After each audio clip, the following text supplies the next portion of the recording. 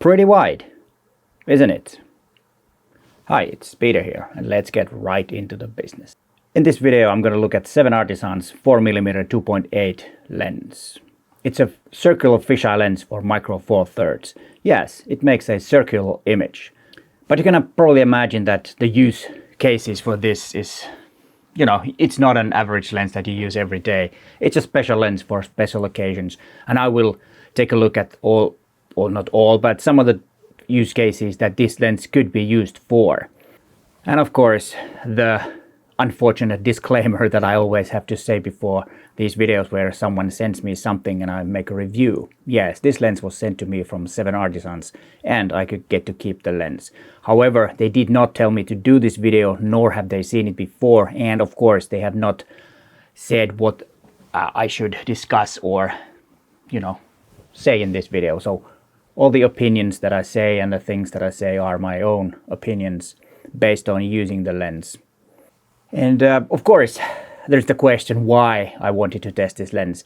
Well, it's a special lens and I thought it'd be interesting to share my take on this type of lens and give some advices why this lens might be something that you want to use. And to be honest, I also wanted to have this lens because I don't have a fisheye lens at the moment, but now I do. And I will be using it for some special occasions, which you will hear later in this video. But now let's look at what's inside the box. The lens comes in this white box. There is a small instruction manual which has all the specs, which we'll talk a bit later.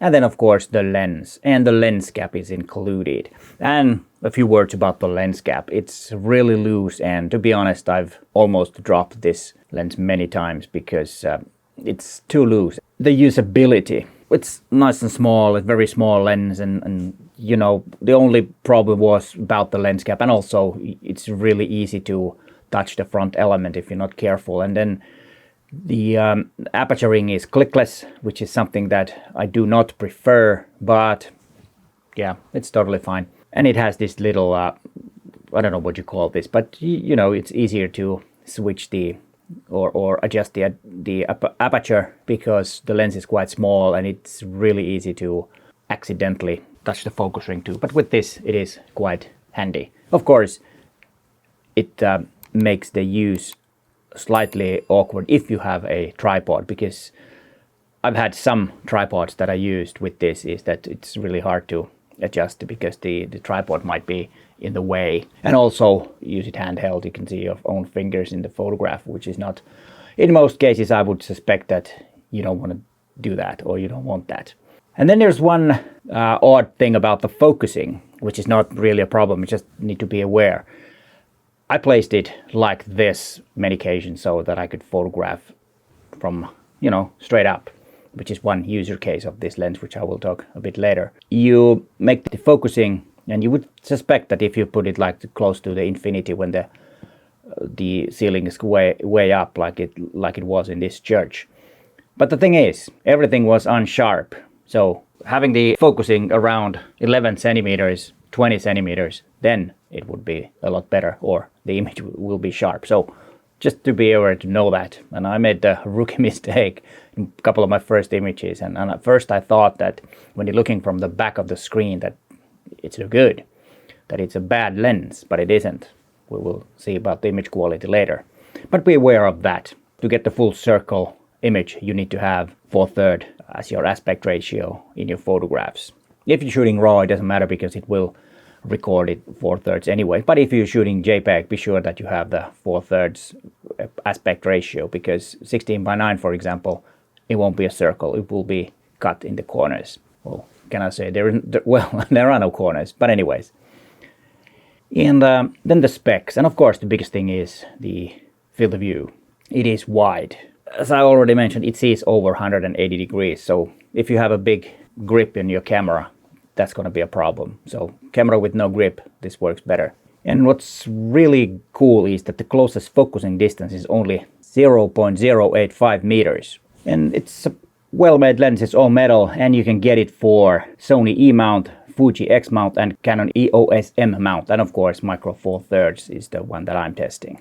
And use cases. since it can focus really close, macro photography, or should I say close-up photography, is one that you could use this, get really unique look going real close. And then another case is 360 panoramas. You only need 4 images and you can get a real nice panorama. Of course, you need to stitch them afterwards, and that's what I did. Few tests about that, and that is something that I could use this lens for. Of course, there are 360 cameras that are more convenient, but with this you can get a lot better image quality and a lot more detail and all that. Of course, if there are a lot of moving subject, then you have to be really careful so you don't have the same thing or same car, same person like 3 or 4 times in the same panorama, which would of course be a one use case for this, and make that type of images if that's something that you want. What I did 6 images per panorama, so that I have more overlapping between images, so that the image quality is a lot better. And I used, I don't know if I already said, but I used PT GUI for that. It's a great panorama tool, or panorama stitching tool, probably the best on the market. And then there are these type of images that I already shown you.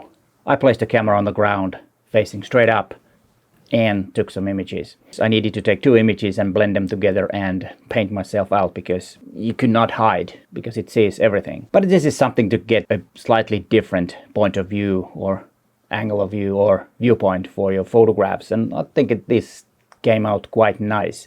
And this is something that I might be using this, because this is one thing that a lot of us don't do, is to, when you're photographing, we also look straight up from the eye level. But what if we looked up or down to get a slightly different look into our images? And this lens could help in that. And then having the camera 45 degrees will give you nice results. As you see from this image, you can see straight ahead where the door is, and then you can see the ceiling or the roof or whatever that's called. That can give you a really nice image. And I cropped this to be a rectangular image. And then let's talk about the image quality. You would think that the corners wouldn't be really sharp, or the edges wouldn't be, keep saying about corners. There are no corners there. It's because it's a round image. But the edges of the image could be really smushy. But stopping down to f4, for example, you can get really nice and sharp image from edge to edge. To be honest, a bit of a surprise, because when you're blending the images, you don't see the smushy things, and that's why I use 6 images, so I have more of the center of the image, which will make the whole panorama looking a lot better. Having 8 images would be even better, but I think they came out really nice. I wouldn't say that there are big problems with the image quality. It works quite well for what it is. And the price, it's only 149 euros. So if you have a 150 laying somewhere and want some fun lens, yeah, why not? But it's not something that you would use every day.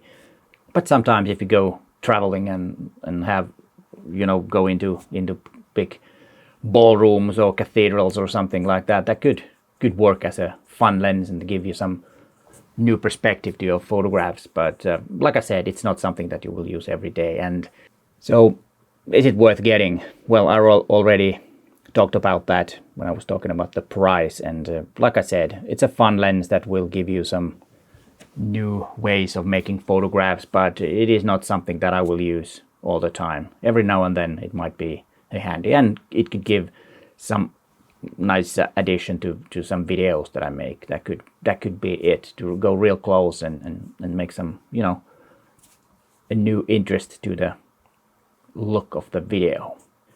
And here are some more videos about micro four thirds lenses from third-party makers. You might want to watch that if you want to look around what's out there. But hey, thanks for watching, and bye for now.